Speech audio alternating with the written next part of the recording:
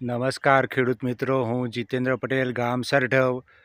અહીંયા 10 દિવસ પહેલાં એરંડીની અંદર દિવેલ માટી તેમજ ગૌમૂત્ર અને વિસડી કમ્પોઝરનો સાથે ટ્રાયકોડર્માનો પણ સ્પ્રે માર્યો હતો.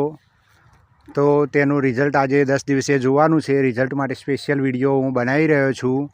10 દિવસ પહેલાં આ ફક્ત જૂની મારો હતી, જે લાંબી દેખાય છે તે મારો. હવે આ નવી મારો નીકળવાના કારણે, નવી ફૂટાન થવાના કારણે જૂની માળો પાછળ દટાઈ ગઈ છે. એટલે ફૂટાન જોઈએ તો ખૂબ સરસ મજાની થઈ છે. પત્તા પણ બહુ હજારોની સંખ્યામાં થઈ ગયા છે. લીલુંછમ ખેતર થઈ ગયું છે. અને જે ચૂસિયા જીવાત હતી, જે લીલા તળતળિયા, તે બિલકુલ ઓછા થઈ ગયા છે. રિઝલ્ટ મળી ગયું છે. અને જે હોમઠા કહીએ છીએ, જે કાતરા પડ્યા હતા, તે પણ એનો પીરિયડ પણ પૂરો થઈ ગયો છે. અને આમે દિવેલ માટીથી પણ કંટ્રોલ તો થયા જ છે. તો મિત્રો, દિવેલ માટીથી સરસ મજાનું આ રિઝલ્ટ મળ્યું છે. તો આપણી આ ઓર્ગેનિક એરંડી છે.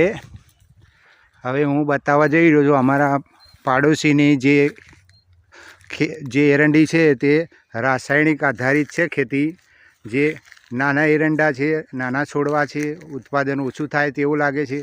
જ્યારે હવે આપણી આ ઓર્ગેનિક એરંડી છે તેમાં જોઈએ છે કે ફૂટાન, માળો બધું ભરપૂર આવી છે.